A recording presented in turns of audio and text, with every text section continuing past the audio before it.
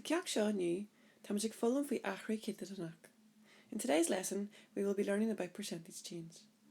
Is iad na spriocanna ceachta na go dtigi muid an tearma athru céad nach. Go mbeidh muid abal de athru céad nach a riomh. Go mbeidh tuiscin tugainn ar na tearmaí brabus agus cailteannas.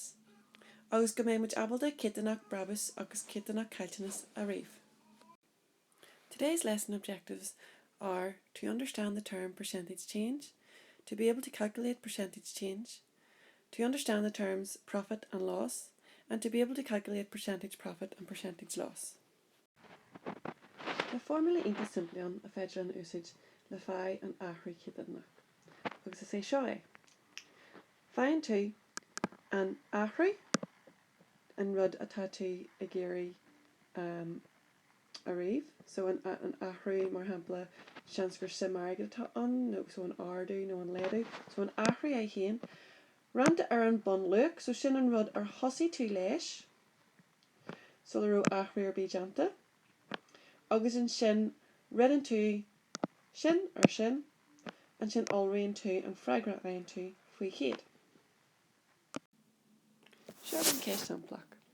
I ré siarach, ard ar lína delavis a dhéiltar a siapa haar seachtaine ó seachtó go dtí nuhu. Read an tardú céad. Okay, so this bar tuid go arc ar an formula seo agus tuid go sin a chur bhain don ceist. So an tíad rud a caithfidh muid ibriach na an athru, nó an tathru. So is é an athru na an differ idir an méid ar hosaí muid leis agus an méid an líon nua atá agin. So hosaí muid le seachtó agus an líon nua atá agin na nua acht. So an athru son an sin nua acht bunar hial seachtó. So son an sin fiche acht. So sin ar athru, ar bon luach, sin an méid ar hosaí muid leis. So is son an sin seachtó. Okay. Agus tá muid gáil seo a lig a chur a bhain in san formula. Okay, so ma chur muid seo isteach in san formula. So an rud atá agin an seo na an athru is son an sin fiche acht. An bon luach is son an sin seachtó, agus tá muid gáil fiche acht a rinsear seachtó agus sin olraí faoi aon chéad. Is féidir an céis seo dhéanamh go simply gan arhain, mar hampla higlinn na naidin na seo a cailí amach, tá muid feiceáil le fiche acht thar seacht olraí faoi chéad, agus tá agin ghfuil fiche acht rinsear seacht na cethair, so cethair olraí faoi dé. Go man leiscail faoi dé chan faoi chéad is son an sin daichead. So is onan an athru céad nach na daichead faoin gcéad. Sa cá seo bhí an luach ardaithe, so mar sin de bhí curmuid an ardú céad nach ar seo. Agus féidir an fásta riomh an léadú céad nach, agus arcí muid ar sampla eile le sin na haismuid. Okay, so arcí muid ar sampla eile an seo. Léadú maithan padar ó 8 kg go dtí 64 kg. Riomh an léadú céad nach. So an tam seo tá an luach ag léadú. Ach go fáil tá muid gáil úsáid an formula céarna. So is an formula an athru, so cai muid ibriach ó go dé ar athru don céis seo. Well, tá muid athru ó 8 go dtí 64. So muid anna muid 8 bunar hial 64 sin an athru. So is an sin sé déag. Agus an sin tá muid géirí an bon luach. An aimsú ón céist agus ar bon luach is an sin, well, hosaí sé ag 8, so go bé áit ar hosaí an tú, so is an ar bon luach na 8. So tá muid gáil sin a chur isteach in san formula inis. Okay, so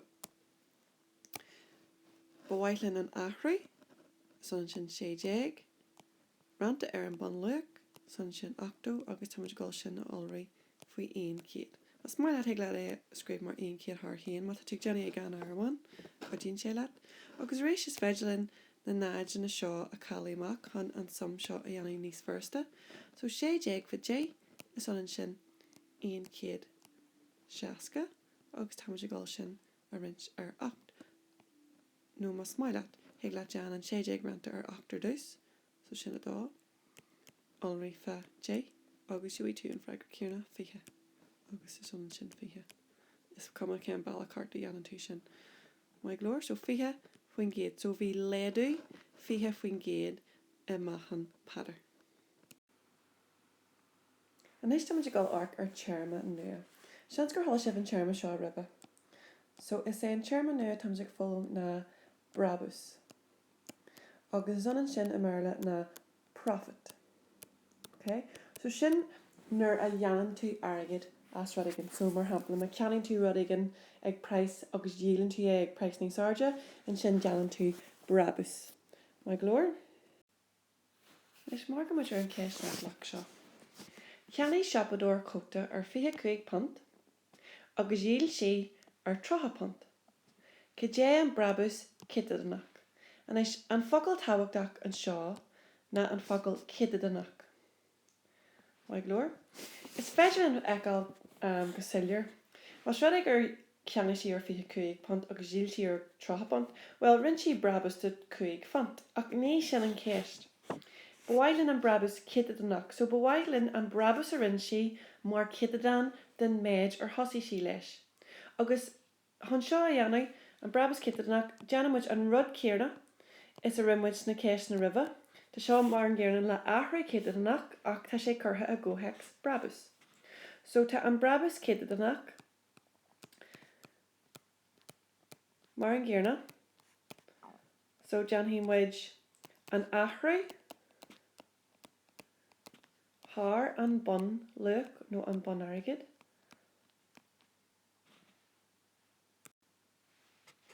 So an bun look. Agus am jagal shin already. Fui kid. No fui kid har him. Of shinny's first ditch. My glor. Okay, so kajay are ahru agus kajay are bun look gulave. Well ta are ahru gulave troha bunner huel fihe kuig. So tan ahri gulave kuig. Shin ar an mage brabus rumage agus an bun look na fihe kuig. Agus tam jigol shin already fi kid har hin. Okay. So couple of balak shoylis vegel in kali amak solid janamwij and already but janamwij and already trasn or dus kuig fi kid shin kuig kid. Agus tam jigol shin a wrench ar fihe kuig. Okay, agus before the meisha apple shin a brimach master simply. Agus son and shin fihe. Nish. Becordi veil the shinny on the gan arwan up the cat of arwan at message na tattoo extra house shin. Agus na John Jarmuch gur kiddadam ta agash so kahimage ar korha. Kiddadam a curshak foster again jar so fihe fuingade and brabus kiddadanach. Okay, so in Kate Charma Ella, Tom and Jagolarker and you not hygienist. So Shaw can you a mallard de brabus. Shaw nor a yanan to nor a lady and two and mage arigid at augud. So loss at on a merla, so more hampla my canian to car ag price again. August in de gra nor a yelin to an car and ye blaine. Titchin look and car, so nor yelin to ye price ni slew. So instant cash shaw rin to calcinus a German. Okay, so our your sample edition. Okay, so on Tam Shaw, Kiani Paul car a kuig jeg mila punt. Agus yil she vianation ag kahar jeg mila in kid punt. Kajay and calcinus kiddadanak. Okay, so on Tam Shaw, Tamajig Brimak and calcinus a rinche mar kiddadan the mage then look of ear and car egg and tus. So Tamajig all usage and formula kierna is a usage jogging in the sample ella. So and calcinus kiddadanak shin mar gierna na an ahri kiddadanak. Okay. August tasogin gur on shin an ahri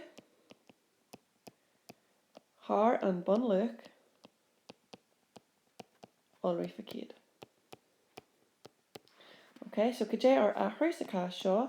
Well, hossi she ag kuig jeg mila punt, agus yil she ag kahar jeg mila ian kid punt. So ren she calcinus den ni gid punt. go leis go.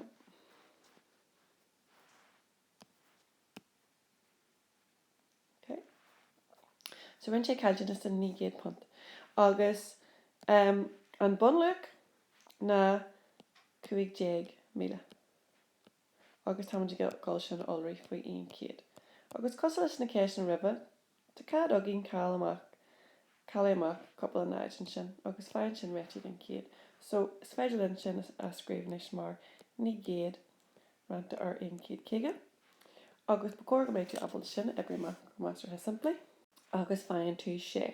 Agus ar nóia is 100 anatá aige, so is 6 faoin 100 tá. So le chuirmid Jerry leis an ceacht seo, báil am goráis heag na spricin na ceachta a léirimid ag tú san ceachta. Agus deanmuid seic ar winmuid na spricin seo amach. An teigimid an charma Athru céad nach. Am muid abalta Athru céad nach a réomh, agus an formula heis méidíh. Am teiscin seogin ar na charmi brabus agus cailtenas. Agus am muid abalta céad nach brabus agus céad nach cailtenas a réomh. Má tá tú áireach fi codir beidir na pointí seo, dean cinse go tean tú siar ar an fisean seo. Agus má tá tú go fáil ag strahals, go ag agháil le do woodshore agus cur ceist ar nó orthaí le codí le.